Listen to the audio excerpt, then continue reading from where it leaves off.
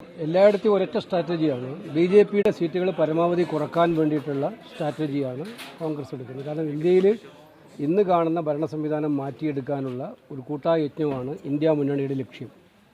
അപ്പം നിങ്ങൾ കണ്ടില്ലേ, ഇപ്പം നാട്ടിൽ നടന്നുകൊണ്ടിരിക്കുന്നത് എന്താണ്? ഇപ്പോൾ ഇന്ന് ഏറ്റവും കൂടുതൽ ഞങ്ങൾ കഴിഞ്ഞ കുറേ നാളായിട്ട് ആക്ഷേപിച്ചത് യഥാർത്ഥത്തിൽ ശരിയാണെന്ന് വന്നില്ലേ?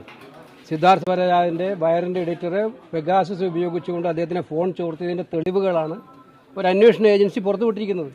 അത് മാധ്യമപ്രവർത്തകനാണ്. നിങ്ങൾ അത് ചോദിച്ചില്ലല്ലോ ഇതുവരെ. ഒരു മാധ്യമപ്രവർത്തകന് പോലും ഒരു ടെലിഫോൺ നിർഭയമായിട്ട് ഉപയോഗിക്കാൻ പറ്റാത്ത ഒരു കാലം ഇതുപോലെ ഇന്ത്യ രാജ്യത്ത് വേറെ ഉണ്ടായിട്ടുണ്ടോ? എല്ലാവരെയും ചോർത്തിക്കൊണ്ടിരിക്കുകയാണ്. രാഷ്ട്രീയ നേതാക്കന്മാരല്ല, ഞങ്ങളുടെ എല്ലാം ഫോൺ ചോർത്തതാണ്. അത് കേന്ദ്ര ഗവൺമെൻറ് നേരിട്ട് ചെയ്യുകയാണ്. ആരാണ് പെഗാസസുമായിട്ട് കരാർ ഒപ്പിട്ടത്? ഇന്ത്യയിലത്തെ നേരിട്ട് ദേശീയ ഗവൺമെൻറ് ഇൻ്റലിജൻസ് ബ്യൂറോ. ഈ കാര്യം ഉന്നയിച്ചപ്പോൾ അവർ നിഷേധിച്ചു, പലപ്പോഴായി നിഷേധിച്ചു. പക്ഷേ ഇന്ന് യഥാർത്ഥ തെളിവ് പുറത്തു കൊണ്ടുവന്നിരിക്കുകയാണ് മാധ്യമങ്ങൾ തന്നെ. അപ്പം അങ്ങനെയുള്ളൊരു ഗവൺമെൻറ്റാണ് ഭരിക്കുന്നത്, രാജ്യം ഭരിക്കുന്നത്. ഇവിടെ ഒരു ലെവൽ പ്ലേയിങ് ഫീൽഡ് ആർക്കുമില്ല. എൻഫോഴ്സ്മെൻറ്റ് ഡയറക്ടറേറ്റ്, CBI തുടങ്ങിയിട്ടുള്ള കുറ്റാന്വേഷണ ഏജൻസികളെയെല്ലാം തങ്ങളുടെ തെരഞ്ഞെടുപ്പ് പ്രചരണ ആയുധമാക്കി മാറ്റിയിരിക്കുകയാണ് BJP. അപ്പോൾ ആ ഒരു കാലത്ത് ഈ ഗവൺമെൻറ്റിനെ താഴെ ഇറക്കാനുള്ള കൂട്ടാവുന്ന എല്ലാവരെയും കൂട്ടിക്കൊണ്ടുള്ള യോജിപ്പിനാണ് കോൺഗ്രസ് മുൻകൈ എടുക്കുന്നത്. അത് മഹാരാഷ്ട്രയിലും കേരളത്തിലും എല്ലായിടത്തും ആ രീതിയിൽ തന്നെയായിരുന്നു. മമതാ ബാനർജി കോൺഗ്രസ് അധ്യക്ഷനെ തന്നെ പ്രധാനമന്ത്രി സ്ഥാനാർത്ഥിയാക്കണമെന്ന് പറഞ്ഞിരുന്നു. വിരുദ്ധ അഭിപ്രായങ്ങളും വരുന്നു. താങ്കൾ 2-3 ചോദ്യം ചോദിച്ചു, എനിക്ക് മറ്റു ചോദ്യങ്ങൾ ചോദിക്കും. സ്വാഭാവികമാണ്.